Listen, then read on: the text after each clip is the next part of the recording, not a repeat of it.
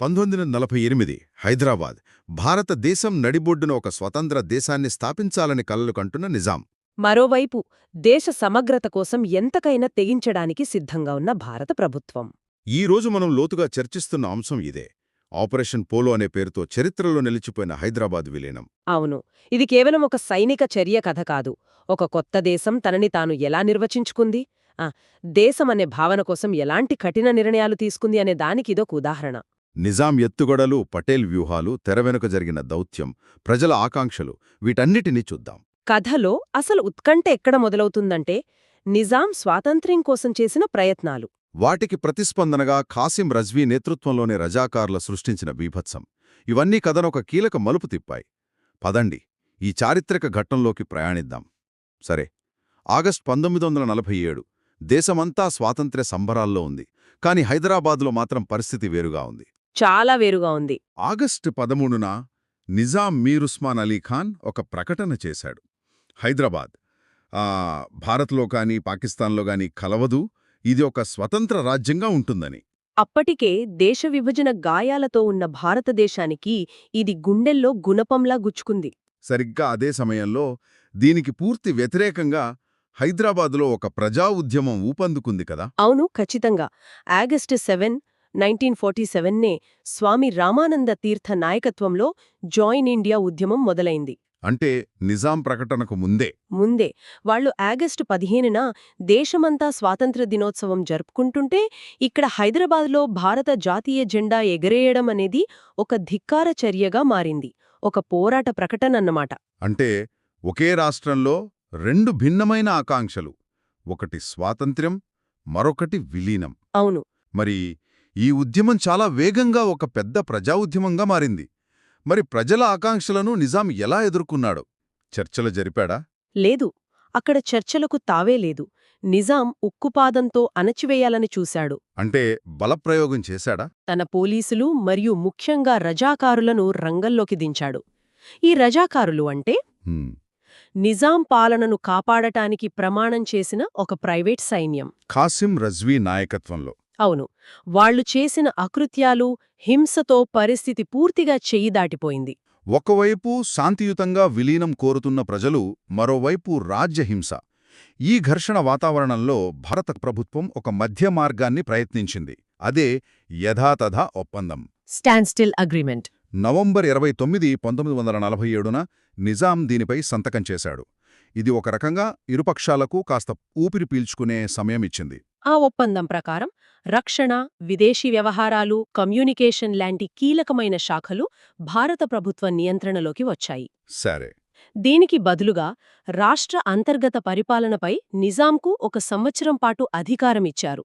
ఆ తర్వాత భవిష్యత్తు గురించి చర్చించి తుది నిర్ణయం తీసుకోవాలని అనుకున్నారు. కానీ అసలు కథ ఇక్కడే మొదలైంది కదా. ఇక్కడే మొదలైంది. ఒప్పందం మీద సిర ఆరకముందే నిజాం దాన్ని ఉల్లంఘించడం మొదలుపెట్టాడు. ఇది కేవలం చిన్న చిన్న ఉల్లంఘనలు కాదు, ఒకేసారి 3 రంగాల్లో భారత ప్రభుత్వాన్ని సవాలు చేస్తున్నట్లు కనిపిస్తోంది. దౌత్యపరంగా, సైనికంగా మరియు ఆర్థికంగా. ఇది ఒక రకంగా ఒప్పందం మాటున ఒక సమాంతర రాజ్యాన్ని నడిపే ప్రయత్నంలా ఉంది. ఖచ్చితంగా, మీరన్నది నిజం. దౌత్యపరంగా చూస్తే విదేశీ వ్యవహారాలు భారతదేశం చేతిలో ఉన్నా అతను రహస్యంగా పాకిస్తాన్తో, అమెరికా, ఇంగ్లాండ్లతో మద్దతు కోసం ఉత్తరాలు రాసుకున్నాడు. ఒక్క నిమిషం.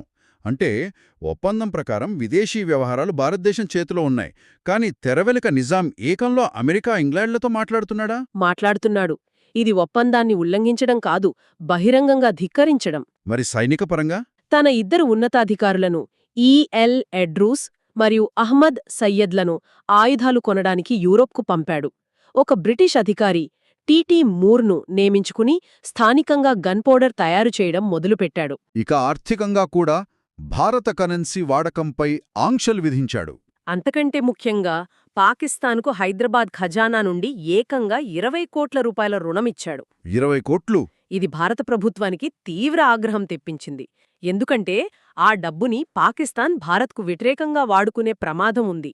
ఈ చర్యలన్నీ చూస్తే నిజాం ఒక స్వతంత్ర దేశంగా యుద్ధానికి సిద్ధమవుతున్నాడనే సంకేతాలు స్పష్టంగా కనిపించాయి. ఈ ఉల్లంఘనలన్నింటికీ పరాకాష్ఠగా హైదరాబాద్ ప్రధాని మీర్ లాయక్ అలీ ఐక్యరాజ్య సమితికి వెళ్లాడు. అవును, భారతదేశం తమ అంతర్గత వ్యవహారాల్లో జోక్యం చేసుకుంటోందని అధికారికంగా ఫిర్యాదు చేశాడు. అంటే సమస్యను అంతర్జాతీయ వేదికపైకి తీసుకెళ్లాడు. అవును, ఇది భారత ప్రభుత్వానికి ఒక రకంగా చివరి హెచ్చరిక. ఇక చర్చల మార్గం మూసుకుపోయిందని స్పష్టమైంది. అంటే చర్చల మార్గం పూర్తిగా మూసుకుపోయిందన్నమాట. ఇక మిగిలింది సైనిక చర్యే. కాని ఒక కొత్తగా స్వాతంత్ర్యమొచ్చిన దేశం, అహింస పునాదులపై నిర్మించబడిన ప్రభుత్వం అలాంటి నిర్ణయం తీసుకోవడమంత సులభం కాదేమో. అస్సలు కాదు. నిజానికి భారత ప్రభుత్వంలోనే దీనిపై తీవ్రమైన చర్చ జరిగింది. ఎవరెవరి మధ్య? అప్పటి governor general lord mount baton ఇది ప్రమాదకరమని, శాంతియుతంగానే పరిష్కరించుకోవాలని గట్టిగా వాదించారు. సరే. ప్రధాని నెహ్రూ కూడా చాలా ఆందోళన చెందారు. అంతర్జాతీయంగా భారతదేశ అహింసావాద ప్రతిష్ఠ దెబ్బతింటుందని, మరియు ఈ చర్య వల్ల దేశంలో హిందూ ముస్లింల మధ్య మత ఘర్షణలు చెలరేగుతాయని ఆయన భయపడ్డారు. ఒకవైపు నెహ్రూ, మౌంట్ బ్యాటన్ అంతర్జాతీయ ప్రతిష్ఠ, మత సామరస్యం గురించి ఆందోళన పడుతుంటే, పటేల్ మాత్రం సైనిక చర్యకే ఎందుకంత గట్టిగా పట్టుబట్టారు? ఆయన దృష్టిలో అంత పెద్ద ప్రమాదమే ఉంది. పటేల్ దృష్టికోణం చాలా ప్రాక్టికల్గా ఉంది. ఆయనకు ఇది సిద్ధాంతాల సమస్య కాదు, దేశ భద్రత సమస్య. అంటే భారతదేశం నడిబొడ్డున ఒక స్వతంత్ర, శత్రుభావమున్న రాష్ట్రముంటే అది దేశ సమగ్రతకే ముప్పు అని ఆయన భావించారు. దాన్ని భారత కడుపులో క్యాన్సర్ గడ్డగా ఆయన అభివర్ణించారంటారు. ఓ. దానికి శస్త్రచికిత్స ఒక్కటే మార్గమని ఆయన నమ్మారు. చివరికి పటేల్ వాదనే గెలిచింది. సెప్టెంబర్ 13, 1948న ఆపరేషన్ పోలో అనే పేరుతో సైనిక చర్య ప్రారంభమైంది. దాన్ని పోలీస్ చర్య అని పీల్చారు. కానీ ఇది అన్ని విధాలా ఒక పూర్తిస్థాయి సైనిక ఆపరేషన్. మరి హైదరాబాద్ సైన్యం పరిస్థితేంటి? వాళ్లు బలహీనంగా ఉన్నారా? అస్సలు కాదు. హైదరాబాద్ సైన్యం భారత సైన్యంతో పోల్చదగినది కాకపోయినా అది బలహీనమైనది కాదు. వారి దగ్గర దాదాపు 24,000 మంది సైనికులు, ఆధునిక ఆయుధాలు మరియు అనుభవజ్ఞులైన అధికారులు ఉన్నారు. దానికి తోడు లక్షలాది మంది రజాకార్లు. అవును, అందుకే దీన్ని కేవలం పోలీస్ చర్య అని పిలిచినా భారత ప్రభుత్వం ఒక లెక్క ప్రకారం సైనికపరమైన రిస్క్ తీసుకుంటోందని చెప్పాలి. ఈ ఆపరేషన్కు లెఫ్టినెంట్ జనరల్ మహారాజ్ సింగ్ నాయకత్వం వహించారు. 5 వైపుల నుండి దాడి, అంటే హైదరాబాదును పూర్తిగా చుట్టుముట్టే వ్యూహం. అవును, షోలాపూర్ నుండి major general JN Chaudhary, Vijayawada నుండి మేజర్ జనరల్ రుద్ర సైన్యాలను నడిపించారు. ఇది కేవలం బల ప్రదర్శన కాదు, వీలైనంత వేగంగా, తక్కువ రక్తపాతంతో ఆపరేషన్ను ముగించాలనే ఉద్దేశం స్పష్టంగా కనిపిస్తోంది. ఆ వ్యూహం అద్భుతంగా ఫలించింది. ముఖ్యంగా షోలాపూర్ నుండి వస్తున్న చౌధరి సైన్యం చాలా వేగంగా ముందుకు సాగింది. నిజాం సైన్యం ప్రతిఘటించలేదా? అక్కడక్కడా గట్టిగానే పోరాడినప్పటికీ భారత సైన్యం యొక్క సమన్వయం, వేగం ముందు నిలవలేకపోయింది. కేవలం 108 గంటల్లోనే రాజధాని శివార్లకు చేరుకున్నారు. 100 గంటల్లోనేనా? ఆ వేగం చూసి నిజాం ప్రభుత్వం పూర్తిగా కుప్పకూలింది. క్షతి, ఈ ఆపరేషన్కు పోలో అని పేరెందుకు పెట్టారు? దాని వెనుక ఏదైనా కథ ఉందా? ఒక ఆసక్తికరమైన విషయమేమిటంటే, ఆ రోజుల్లో హైదరాబాద్లో ప్రపంచంలోనే అత్యధికంగా 17 పోలో గ్రౌండ్స్ ఉండేవట. అందుకే ఆ పేరు పెట్టారని అంటారు. ఇది అధికారికంగా ధృవీకరించబడనప్పటికీ ప్రచారంలో ఉన్న కథ అన్నమాట. చాలా ఆసక్తికరంగా ఉంది. సరే, సైన్యం హైదరాబాద్ వైపు దూసుకొస్తుంటే నిజాం, అతని మంత్రులు ఏం చేస్తున్నారు? తమ ఓటమిని అంగీకరించి కూర్చున్నారా? లేదు, వాళ్లు చివరి క్షణం వరకు ప్రయత్నించారు. ఓటమి ఖాయమని తెలిసాక ప్రధాని మీర్ లాయక్ అలీ తమ ఉల్లంఘనలకు ఆధారాలుగా నిలిచే ప్రభుత్వ పత్రాలన్నిటినీ నాశనం చేయమని ఆదేశించాడు. అంటే సాక్ష్యాలను చెరిపేసే ప్రయత్నం. అంతేకాదు, భారీ మొత్తంలో ప్రభుత్వ ధనాన్ని లండన్లోని ఏజెంట్ మీర్ నవాబ్జంగ్ లాంటివారి వ్యక్తిగత ఖాతాలకు బదిలీ చేశాడు. అధికారం పోతున్నా సంపదను కాపాడుకోవాలని చూశారు. మరి రజాకార్ల నాయకుడు కాసిం రజ్వీ ఏం చేశాడు? రజ్వీ తన మతతత్వ అజెండాను వదల్లేదు. సెప్టెంబర్ 17న శుక్రవారం ప్రార్థనల తరువాత హిందువులపై పెద్ద ఎత్తున దాడి చెయ్యాలని తన అనుచరులను ఆదేశించాడు. అయ్యో. కానీ Hyderabad police director general Mendiyar Jung మరియు మొహమ్మద్ హైదర్ అనే అధికారులు ఆ ప్రణాళికను విఫలం చేశారు. వారు పరిస్థితిని అదుపులోకి తీసుకొని ఒక పెద్ద మత ఘర్షణను నివారించారు. అదృష్టవశాత్తు. లేకపోతే విలీనం మరింత రక్తపాతంతో ముగిసేది. అవును. అంటే ఆఖరి నిమిషంలో కూడా పరిస్థితి చాలా ఉద్రిక్తంగా ఉంది. చివరికి సెప్టెంబర్ 17, 1948న ప్రధాని మీర్ లాయక్ అలీ రాజీనామా చేశాడు. నిజాం ఓటమిని అంగీకరించాడు. అదే రోజు సాయంత్రం నిజాం దక్కన్ రేడియో ద్వారా ప్రజలనుద్దేశించి మాట్లాడాడు. ఏం చెప్పాడు? తన సైన్యానికి కాల్పుల విరమణ ఆదేశాలు జారీ చేసినట్లు ప్రకటించాడు. మరుసటి రోజు సెప్టెంబర్ 18న హైదరాబాద్ సైనిక కమాండర్ ఈఎల్ ఎడ్రూస్ సికింద్రాబాద్ సమీపంలో మేజర్ జనరల్ జేఎన్ చౌదరి ముందు అధికారికంగా లొంగిపోయాడు. ఆ చారిత్రక ఘట్టంతో హైదరాబాద్ సంస్థానం భారతదేశంలో అంతర్భాగమైంది. విలీనం పూర్తయింది. Major general J N Chaudhuri Hyderabad సైనిక గవర్నర్గా బాధ్యతలు స్వీకరించారు. కానీ ఇక్కడ కొంచెం ఆశ్చర్యంగా ఉంది. ఏమిటది?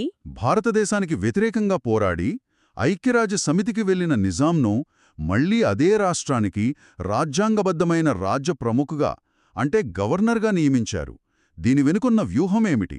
ఇది అప్పటి భారత నాయకుల, ముఖ్యంగా పటేల్ యొక్క రాజనీతిక ఒక అద్భుతమైన ఉదాహరణ. ఎలా?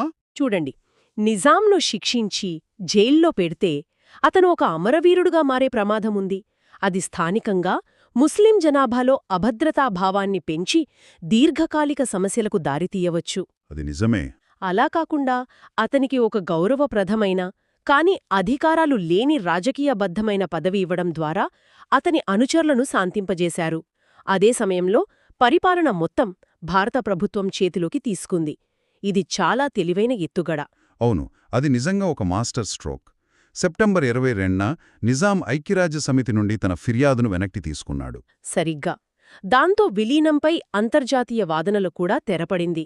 ఈ చర్యతో విలీనం చట్టబద్ధంగా, రాజకీయంగా మరియు సైనికంగా సంపూర్ణమైంది. కాబట్టి ఈ మొత్తం కథ నుండి మనం గ్రహించాల్సింది ఏమిటి? నిజాం స్వాతంత్ర కాంక్ష, యథాతథ ఒప్పందాన్ని ఉల్లంఘించడం, రజాకార్ల హింస ఇవన్నీ చివరికి ఆపరేషన్ పోలోకు దారితీశాయి. అవును. ఈ విలీనాన్ని ఇప్పటికీ తెలంగాణ, మహారాష్ట్ర, కర్ణాటకలోని కొన్ని ప్రాంతాలలో విమోచన దినంగా జరుపుకుంటారు. హైదరాబాద్ విలీనం ఆధునిక భారతదేశాన్ని ఏకీకృతం చేయడంలో ఒక నిర్ణయాత్మకమైన అడుగు. ఖచ్చితంగా. ఇది దేశం మధ్యలో ఒక స్వతంత్ర సంస్థానం యొక్క ఉనికిని ముగించి కేంద్ర ప్రభుత్వం యొక్క సార్వభౌమత్వాన్ని సుస్థిరపరిచింది. ఇక్కడ సర్దార్ పటేల్ యొక్క దృఢ నిశ్చయం, ఆ క్లిష్ట పరిస్థితుల్లో కూడా రాజనీతిని ప్రదర్శించే ఆయన నాయకత్వ శైలి స్పష్టంగా కనిపిస్తోంది. ఆయన లేకపోతే బహుశా భారతదేశ పటం ఈరోజు మరోలా ఉండేదేమో.